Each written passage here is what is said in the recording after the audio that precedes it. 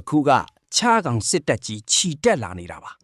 တက်စတူရန်ကိုက်မှာအကောင်ကြီး9000အထိရှိတတ်ပါတယ်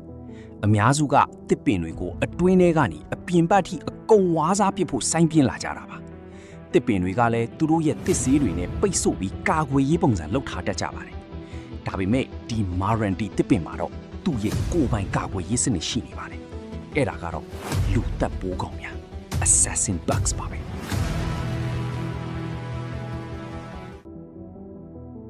တလက်မခွဲလောက်ရှည်လျားတဲ့ဒီအမကောင်ဟာ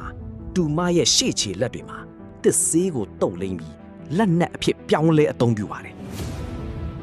အတေတပ်ဖို့အစင်သင့်ပြင်ထားတဲ့တူမဟာ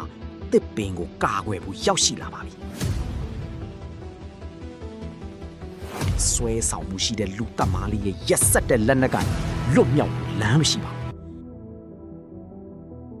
ချာကောင်ကတစ်ဆေးတွေထဲမှာပိတ်မိသွားတာနဲ့သူမရဲ့ခြုံထက်တဲ့ပါဇက်အစိပ်ပိုင်းနဲ့ထိုးဆိုင်လိုက်ပြီးအတွင်းကအင်္ကာတွေကိုဖြည်းဖြည်းချင်းစုပ်ယူစားတော့လိုက်ပါတယ်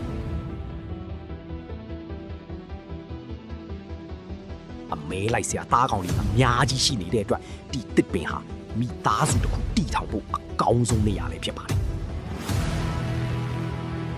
သူ့ရှေ့ကဖြတ်သွားတဲ့အထီးတကောင်ဟာအကောင်းဆုံးအဖော်ဖြစ်လာနိုင်ပါတယ်နောက်ထပ်ဖြစ်ပျက်လာမယ့်အရာကတော့သိပ္ပံပညာအတွက်လုံးဝကိုအသက်အဆန်းပါပဲဒါဟာအထီးရဲ့ဇွဲလုံလာကိုစမ်းတတ်တဲ့မိတ်လိုက်ကခုန်ခြင်းပါအကယ်၍အထီးဟာအမရဲ့စီးကတ်တဲ့ဖန်ဆုပ်မှုကိုမခံနိုင်ရင်တော့သူတို့အတူတူဆက်ရှိနေမှာမဟုတ်ပါဘူး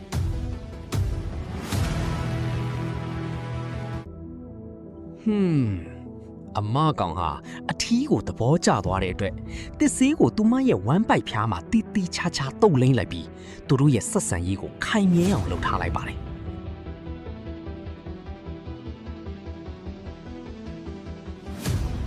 ဒီလူတပ်ပိုးကောင်မွေးကင်းစားလေးတွေကလည်းဒီလိုအန်တရီပေးနိုင်တဲ့လက်အိတ်တွေနဲ့ပဲသူတို့ရဲ့ဘဝသက်တမ်းတစ်လျှောက်လုံးကိုချားကောင်နဲ့ရှင်းလင်းရင်းကုံဆုံးကြရမှာဖြစ်ပါတယ်ကြည့်ရှုအားပေးတဲ့အတွက်အထူးကျေးဇူးတင်ပါတယ်ကြိုက်နှစ်သက်တယ်ဆိုရင် like and subscribe လေးလုပ်သွားကြပါအောင်ခင်ဗျာ